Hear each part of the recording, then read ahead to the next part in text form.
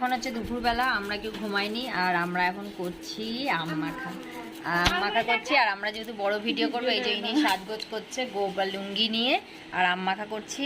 আম ছোলা হয়ে গেছে, আমি কৃষ্ণা চলছে, আম কৃষ্ণা হচ্ছে। আমরা পার্লারে এরকম আম মাখা করে। আর এখানে শুকনো লঙ্কা পোড়া, তেঁতুল আর টমেটো রয়েছে, এইসব দিয়ে মাখা হবে। দেখো দিয়ে দিয়েছি, টমেটোটা ঘিসে দেওয়া হচ্ছে। পাগলি খুলে খুলে দে না, খোল। এই মিনিটগুলো লাগবে তোর আমি জল চলে আসছে। খিদে গলে সেদিন করে দুজনে খেয়েছে আমাকে করে, আমাকে দেয়নি একটু। তুলে কম পড়ে গেছে না?